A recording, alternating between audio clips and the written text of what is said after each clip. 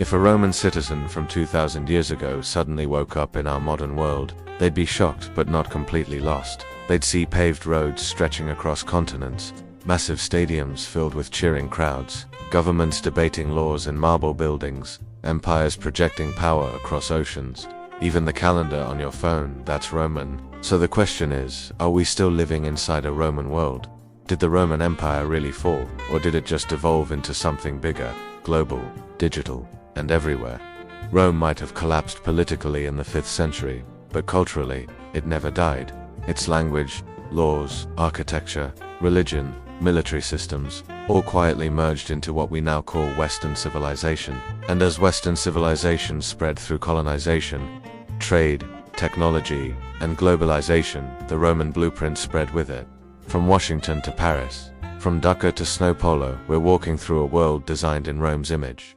Let's explore how. Rome's greatest invention wasn't the aqueduct or the Colosseum, it was law. Roman jurists created a systematic legal code that defined property, contracts, rights, and citizenship. The idea that the law is above everyone, even rulers, began there. Today, almost every modern legal system, civil law in Europe, constitutional systems in America, even international law borrows from Roman. The Latin terms still survive: habeas corpus, affidavit, pro bono, subpoena. Even our concept of citizenship, belonging to a state, with rights and duties, was a Roman idea. Before Rome, people belonged to tribes or kingdoms. Rome said, "You belong to a republic." Our political systems are practically Roman reboots. The US Senate, direct copy of the Roman Senate, checks and balances. Rome did that. The idea that power should be shared between executive, legislative, and judicial branches, that's a modern remix of Roman political design. Even the architecture of our government buildings, the domes, pillars, arches, are literal tributes to Roman temples and forums. Washington, D.C. looks like a distant cousin of ancient Rome because it is. Rome also invented the idea of propaganda, public monuments, coins, and speeches crafted to shape loyalty and emotion. Our social media, news cycles, and campaign slogans, they're the modern digital versions of Roman imperial messaging. When Christianity became Rome's official religion in the 4th century, it didn't erase Rome, it absorbed it. The Pope became a kind of emperor in white robes. The Vatican sits where the Roman Senate once stood.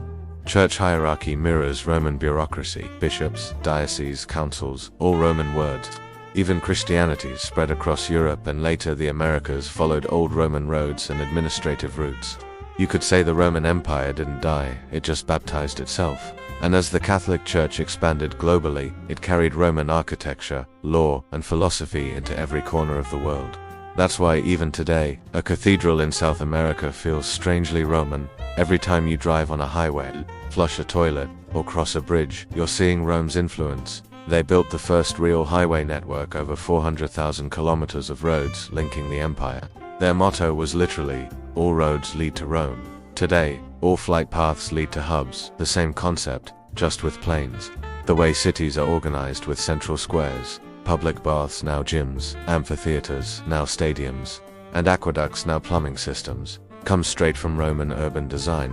Even our obsession with mega construction, skyscrapers, dams, metro systems, echoes Rome's belief that greatness is shown in what you build. Rome's economy was the world's first globalized network. They traded from Britain to India, used standardized coins, and relied on complex taxation and supply chains. Sound familiar? They introduced mass bureaucracy, thousands of officials keeping the empire running. Like a giant spreadsheet carved in stone, they valued productivity, expansion, and uniform systems, the same logic behind today's corporate and state structures. Even our work culture, the 9-to-5 grind, the idea of civil service, and the endless chase for efficiency, has echoes of Roman pragmatism and discipline. They called it virtues, duty, order, excellence. We call it professionalism.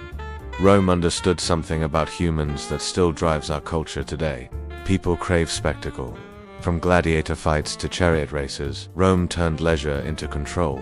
It distracted the masses and kept them loyal, bread and circuses. Today we have sports leagues, celebrity culture, reality TV, and streaming digital colosseums that entertain and pacify us.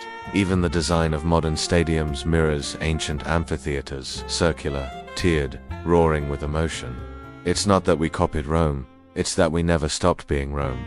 So, is today's global civilization actually a Roman one? In many ways, yes. Our politics, our cities, our laws, our entertainment, our very sense of order all flow from a Roman source. Rome fell, but its blueprint became the default operating system for civilization. Empires rose and fell, European, American, digital, but the structure remained. Maybe the Roman Empire never died. Maybe it just went online.